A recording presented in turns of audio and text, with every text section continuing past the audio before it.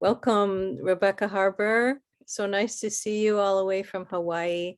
And I'm Mary Murphy. I'm here to talk with you about your wonderful article published in the International Journal of Zero Balancing and Transformative Touch with the provocative title about deconstructing patriarchy in the healing arts. So I'd like to begin with asking you a question about how did you first understand or notice the dynamics of the patriarchy at play in the healing arts? Hmm. Thanks, Mary. First, I just want to clarify what I'm meaning by patriarchy in the healing arts. And I'm really talking specifically here about the relationship between the practitioner and client that often takes on a sort of authoritative or all-knowing father type dynamic, and the client gives up a lot of their responsibility. Mhm. And I think that was such the prevalent dynamic in my life that I've experienced it myriads of times throughout my life. And it was really the big aha moment came from me when I started finding myself as a practitioner stepping into that more patriarchal role and realizing that's not what I wanted, but that was the model that I had available to me, and that I was going to need to be more proactive in seeking out other archetypes and finding ways to embody it for myself. So as a zero balancing practitioner and teacher, I know you have background in many other healing arts and yoga. Um, how did you come to understand that the role for you was one of healing facilitator and that it was really the client who is leading the session, and how does that work? Yeah. Well, I think looking at what's actually going to serve a person's ultimate long-term healing process, not just benefit from that one session, but ongoing, it's a deeper connection with their own innate wisdom and really owning that healing process themselves. And that makes me a guide and facilitator and supports them to own it. And what that looks like is a client, a person coming into a session feeling empowered to ask questions. It seems simple, but for some people, it's not. Asking a question of their practitioner can feel really scary or not okay. It means saying when something doesn't feel good or doesn't feel right, having safe boundaries. It means taking an active role in that journey of learning to become more and more connected with themselves.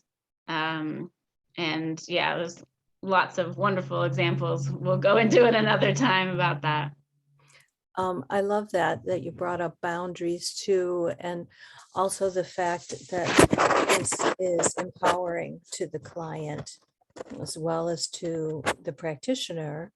I wonder if you could say anything about how we might become aware of how these internal postures or unconscious beliefs might be happening in a therapeutic relationship.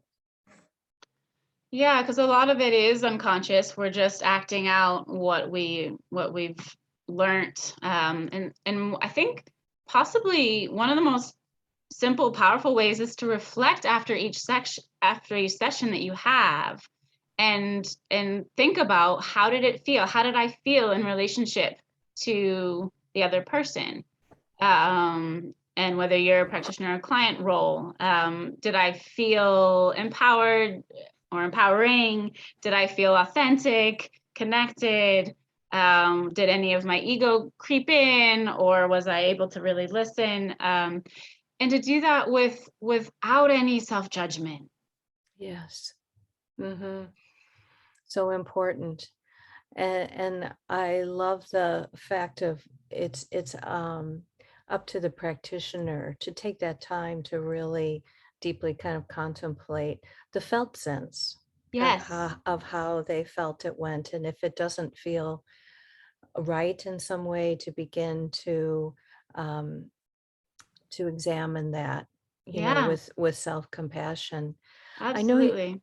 yeah, I know you also spoke to the role of the healing facilitator is that it is not a fixed permanent role, but that we have shifting roles. And I wonder if you have any thoughts about how we can navigate those shifting roles in the therapeutic relationship to both assume them and also release them in a way that's skillful and professional and compassionate. Do you have any tips for us on that?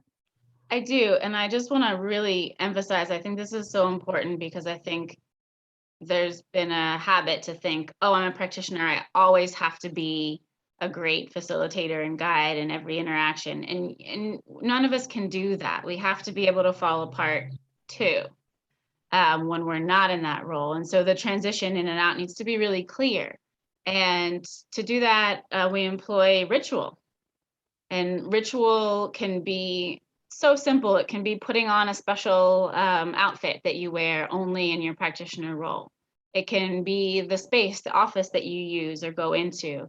It can be a prayer or mantra that you say before you start your day, or some kind of practice. And it doesn't matter so much what it is, as long as it's meaningful for you. But it really matters that you do it ritually and also reverse it when you're finished so that you're transitioning out of that role. And I think of Mr. Rogers, you know, how he at the beginning of the beginning of each session, he comes in and changes his clothes and then changes them again.